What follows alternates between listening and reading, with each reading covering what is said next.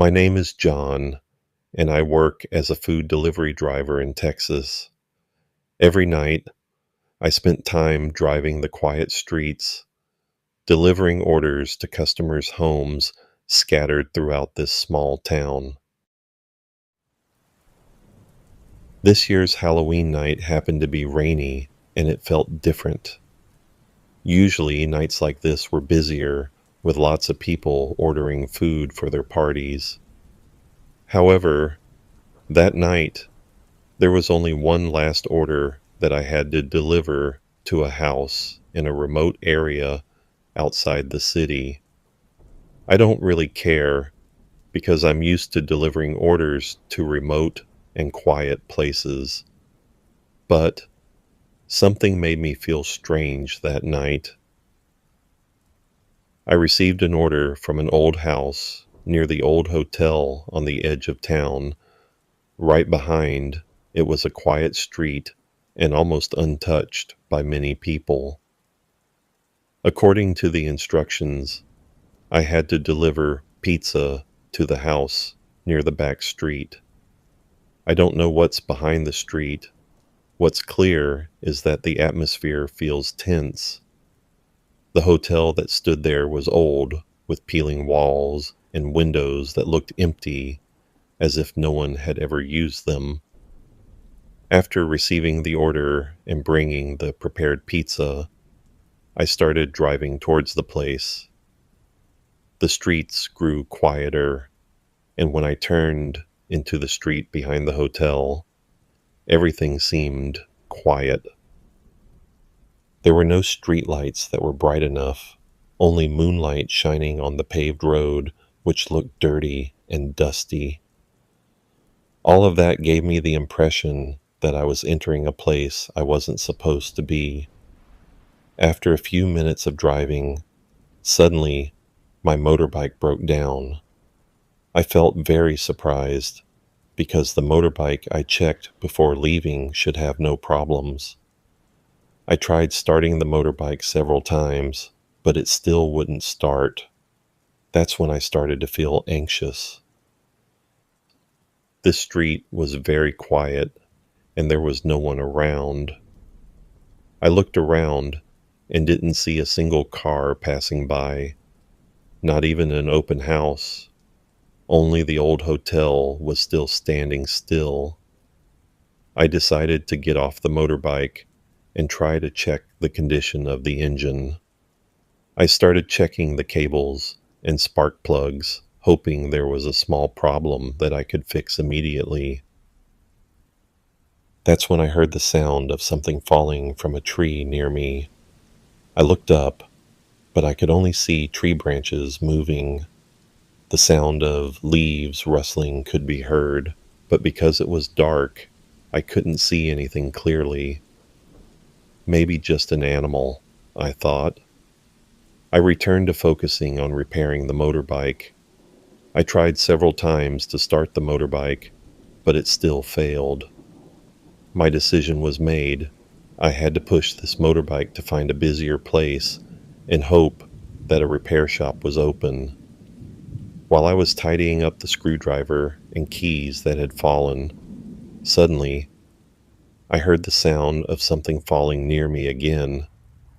I turned my head, and this time I saw something that made me feel even more uneasy. Behind a large tree near me, there was the figure of a man who was very thin, hunched over, and wearing dull clothes. One of his legs was limping, and he walked closer to me at a very slow pace. The sound of his footsteps dragging on the paved road was clear, and I felt even more anxious. The man's hand was raised, as if pointing at me, gesturing as if to tell me to leave that place. There was something very odd about his movements, like he was trying to throw me out of there. I tried to stay calm, but the fear that started to creep into my body made me think about leaving immediately. I pushed my motorbike as fast as I could, hoping to get away from that figure. However, when I almost passed through the road portal near the tree, I saw the man again. This time he stood closer, and I could see him more clearly, but when I looked at him, he suddenly disappeared. Instead of running or walking, he just disappeared, as if swallowed by the darkness of the night. I was shocked and stopped my motorbike, looking back to make sure the man had really disappeared. I still couldn't understand what just happened, and suddenly I heard the sound of rocks falling near me. I turned my head, and this time I could see more clearly that the rock fell from the direction of the big tree near the portal. From there, I could see something moving down very slowly, crawling from the top of the tree. The figure, very thin and looking like mere bones, moved towards me with its head touching the ground first. I got goosebumps looking at it, and at that moment, I realized that the figure was the same man I had seen earlier, but this time he was moving in a very strange way, like an inexplicable creature. I immediately pushed the motorbike as fast as possible, no matter what happened. However, my motorbike suddenly felt very heavy. From the rear view of my motorbike, I could see the figure was already behind my motorbike. He sat in the back seat, looking at me with very big eyes and sharp teeth, grinning. His eyes were bulging out, and his face looked like a skull. I panicked. The motorbike I was riding was getting harder to control. I tried to dodge, but my body felt weak, and I fell.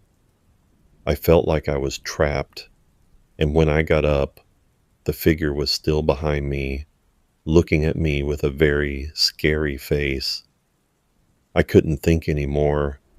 I just wanted to get out of there as soon as possible. I immediately ran on the motorbike, trying as hard as I could to get out of that place. After some time, I finally arrived at a 24-hour mini market on the side of the road. I parked my motorbike and felt a little relieved, even though my body was still shaking. Several people in the mini market asked me why I looked panicked. I told them that my motorbike broke down on the road behind the hotel and that something strange had happened, but they just dismissed it as a Halloween horror story.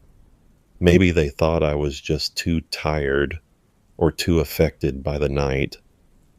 I thanked the people at the mini market who helped check my motorbike, and they said there was no problem with the motorbike. Everything was normal, like nothing had ever happened. After talking for a while, I decided to go home, even though I had to go the same way.